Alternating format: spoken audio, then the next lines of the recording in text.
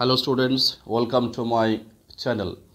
আজকের সিস্টার নিবেদিতার সেই বিখ্যাত লেখা অমরনাথের আজকের লাস্ট পার্ট, ফাইনাল পার্ট। আমরা এর আগে পার্ট 1, পার্ট 2, পার্ট 3 ভিডিওতে এই টেক্সটের বেশ কিছু অংশ আলোচনা করেছি। আজকের এটা হচ্ছে লাস্ট পার্ট। এখানে পার্ট 3 ভিডিওর পরে যেটুকু অংশ বাকি আছে সেটুকু অংশ আজকে আলোচনা করব। এই পার্ট 1, পার্ট 2, পার্ট 3 ভিডিও তোমরা প্লেলিস্টে পেয়ে যাবে এবং সেখান থেকে তোমরা আগের 3টে ভিডিও দেখে নিতে পারো। চলো, আজকের আমি আলোচনা করছি এই অমরনাথের শেষ অংশ। আউটসাইড দ্য কেভ, গুহার বাইরে। এখানে কেভ মিনস অমরনাথ কেভ, অমরনাথের গুহার বাইরে। There was no Brahmanic exploitation of the helpless people. Brahmanic exploitation means ব্রাহ্মণদের যে অত্যাচার বা ব্রাহ্মণদের যে শোষণ। বিভিন্ন মন্দিরে গেলে যেখানে ব্রাহ্মণরা বিভিন্ন রকম যে দাবি দাওয়া করে, বিভিন্ন রকম টাকা পয়সা যে ডিমান্ড করে, সেই যে ব্রাহ্মণদের যে ডিমান্ড বা শোষণ অসহায় মানুষদের উপরে, সেটা কিন্তু অমরনাথে নেই। তাই বলছে আউটসাইড দ্য কেভ, গুহার বাইরে, there was no Brahmanic exploitations of the helpless people. Helpless people মানে হচ্ছে অসহায় মানুষদের উপরে ব্রাহ্মণদের কোনো শোষণ ছিল না। Amarnath is remarkable for its simplicity and closeness two nature. Amarnath is remarkable, Amarnath উল্লেখযোগ্য, ফর ইটস সিম্পলিসিটি তার সরলতা, অ্যান্ড ক্লোজনেস টু নেচার প্রকৃতির নিকটতার জন্য। ক্লোজনেস মিনস নিকটতা, টু নেচার প্রকৃতি, প্রকৃতির নিকটতা এবং সরলতার জন্য অমরনাথ প্রসিদ্ধ বা উল্লেখযোগ্য ছিল। বাট দ্য পিলগ্রিমেজ কালমিনেটস, কিন্তু সেই তীর্থযাত্রা কালমিনেটস চূড়ান্ত পরিণতিতে পৌঁছায় on the great day of Rakhi Bandhan. এই যে রাখি বন্ধনের দিনে এই তীর্থযাত্রাটি চূড়ান্ত পরিণতিতে পৌঁছায়। And our wrist were tight, আর আমাদের যে কবজি, রিস্ট কবজি, ওয়ার টাইট আমাদের কবজিতে, টাই মানে বেঁধে দেওয়া হয়েছিল, with the red and yellow threads, লাল এবং হলুদ রঙের সুতো, থ্রেড মিন সুতো, অফ দ্যাট স্যাক্রামেন্ট। স্যাক্রামেন্ট মানে হচ্ছে যে ধর্মীয় বিধি বা পূর্ণ আচরণ, যে রাখি বন্ধনের দিনে যে হাতে বিভিন্ন রকম রাখি বা সুতো বাঁধা হয়, সেই লাল এবং হলুদ রঙের সুতো, সেটা দিয়ে আমাদের কবজি বেঁধে দেওয়া হয়েছিল। আফটারওয়ার্ডস তারপরে, উই রেস্টেড আমরা বিশ্রাম নিয়েছিলাম, অ্যান্ড হ্যাড আ মিল আমরা খাওয়া দাওয়া করলাম, had a meal, on some high boulder মানে কোথায় বসে আমরা খাওয়া দাওয়া করলাম, সাম হাই বোল্ডার, হাই মানে উঁচু, বোল্ডার মানে বড় বড় যে পাথর রয়েছে, বিসাইড দ্য স্ট্রিম, স্ট্রিম মানে এখানে ঝর্ণা, ঝর্ণার পাশে যে বড় বড় পাথর রয়েছে, সেই উঁচু পাথরের উপরে বসে আমরা খাওয়া দাওয়া সারলাম। Before returning to our tent, tent mean তাঁবু, বিফোর রিটার্নিং ফিরে আসার আগে, তাহলে আমাদের তাঁবুতে ফিরে আসার আগে ঝর্ণার পাশে উঁচু বড় পাথরের উপরে বসে আমরা খাওয়া দাওয়া সারলাম এবং বিশ্রাম নিলাম। The Swami was full of the place, Swamiji, full of the place মানে স্বামীজির মন পুরোপুরি ওই জায়গাটির প্রেমে পড়ে গেল, full of the place. He felt that, তিনি ভাবলেন, হি হ্যাড নেভার বিন তিনি কখনো আসেননি, টু এনিথিং সো বিউটিফুল এমন সুন্দর জায়গায়, বিউটিফুল মানে সুন্দর, এনিথিং সো বিউটিফুল এত সুন্দর জায়গায় তিনি এর আগে কখনো আসেননি, তিনি সেটা ভাবতে লাগলেন। হি স্যাট long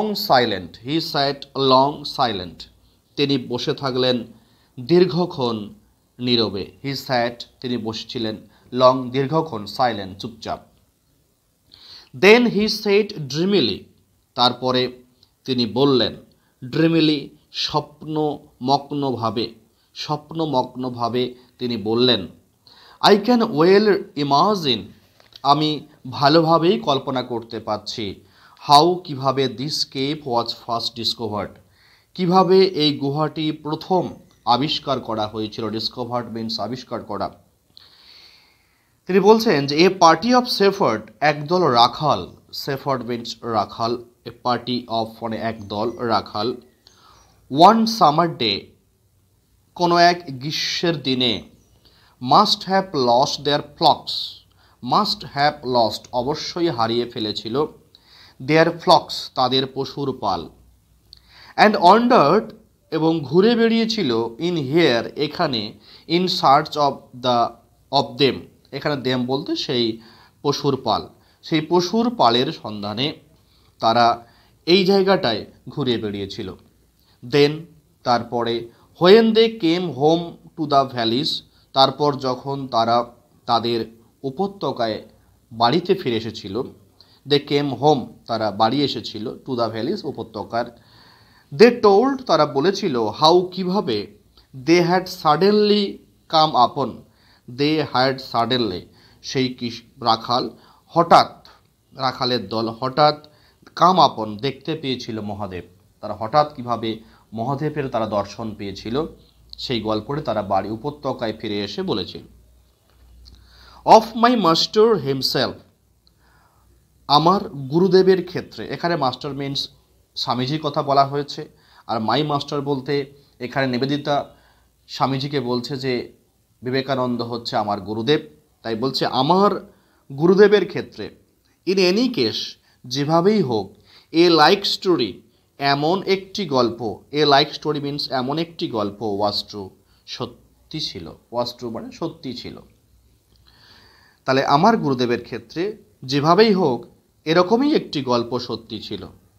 the purity and whiteness of the ice pillar, purity means নির্মলতা, হোয়াইটনেস মানে শুভ্রতা, অফ দ্য আইস পিলার যে সেই বরফের যে পিলার, মানে এখানে বলা হচ্ছে যে সেই শিবলিঙ্গ, তার যে নির্মলতা এবং শুভ্রতা, হ্যাড স্টার্টেলড মানে স্তম্ভিত করে দিয়েছিল, অ্যান্ড এনর্যাপ্ট মুগ্ধ করে দিয়েছিল, হিম তাকে মানে স্বামীজিকে স্তম্ভিত করে দিয়েছিল এবং মুগ্ধ করে দিয়েছিল সেই শিবলিঙ্গের নির্মলতা এবং শুভ্রতা। দ্য ক্যাভার্ন গুহাটি, দ্য ক্যাভার্ন মিন্স গুহা, দ্য ক্যাভার্ন গুহাটি হ্যাড রিভিলড ইটসেলফ প্রকাশ পেয়েছিল, টু হিম স্বামীজির কাছে প্রকাশ পেয়েছিল, as the secret of Kailash কৈলাসের গোপন রহস্য রূপে, মানে কৈলাসের যে কি গোপন রহস্য সেটা যেন স্বামীজির কাছে ওই গুহাটি প্রকাশ করে দিয়েছিল। কোন গুহা? এই অমরনাথ গুহা। তাই বলছে যে গুহাটি প্রকাশ পেয়েছিল স্বামীজির কাছে কৈলাসের গোপন রহস্য রূপে।